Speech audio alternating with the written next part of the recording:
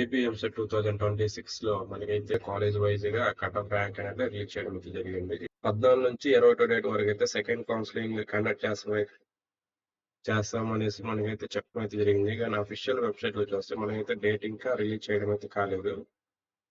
So ఇప్పుడు ఏంటంటే ఇప్పుడు మధ్యాహ్నం లేకుంటే సాయంత్రం ఈవినింగ్ లేకుంటే మనకైతే రిలీజ్ చేయొచ్చు.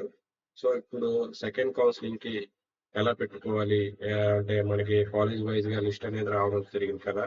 ఇప్పుడు కట్ ఆఫ్ ర్యాంక్ మనకైతే ఇవ్వడం అయితే జరిగింది కాలేజ్ వైజ్ గా.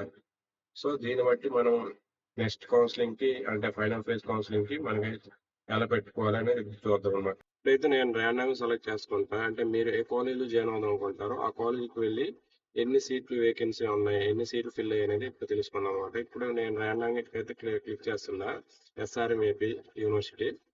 ఇప్పుడైతే మీరు ఏ బ్రాంచ్ లో జాయిన్ అవ్వాలనుకుంటారో ఎక్కడైతే చూసుకోండి అనమాట. ఒక సపోజ్ నేనైతే కంప్యూటర్ సైన్స్ అండ్ ఇంజనీరింగ్ అయితే తీసుకుంటున్నా.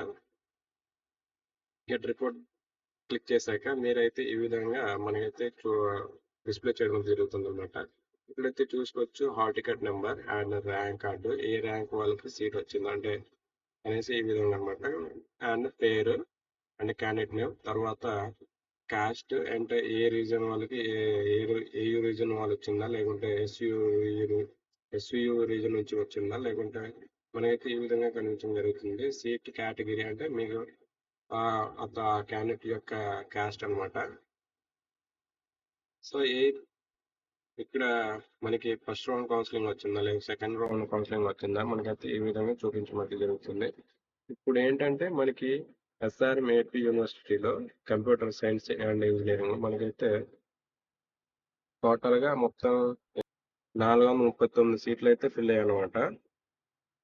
ఫస్ట్ రౌండ్ కౌన్సిలింగ్ లో 439 మనమైతే 439 సీట్లు అయితే ఫిల్ అయ్యాయి అనమాట. ఇప్పుడు బ్యాక్ వెళ్ళండి.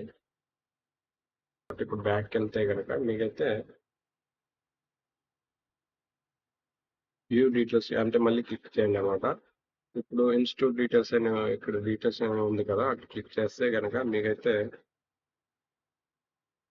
అంటే మీరు ఏ కాలేజీలో అంటే ఇందాక నేనైతే ఎస్ఆర్ తీసాను కదా, ఇప్పుడు ఎస్ఆర్ ఏపీ అని క్లిక్ చేస్తే అంటే మీకు ఈ విధంగా కనిపించడం జరుగుతుంది. ఈ క్లిక్ చేస్తే కనుక ఇందాక సివిల్ అంటే మనకి ఇప్పుడు తీసాంగా సిఎస్సి కంప్యూటర్ అంటే కంప్యూటర్ సైన్స్ అండ్ ఇంజనీరింగ్ లో మనకి 441 సీట్లు ఉన్నాయన్నమాట. అంటే ఇప్పుడు ఎన్ని సీట్లు మిగిలిపోయినట్టు, ఎన్ని సీట్ల వరకు అయితే మనకి వేకెన్సీ అయితే ఉండడం జరిగింది. ఈ విధంగా మీరైతే చెక్ చేసుకొని మీరైతే చూసుకొని పెట్టుకోండి అనమాట.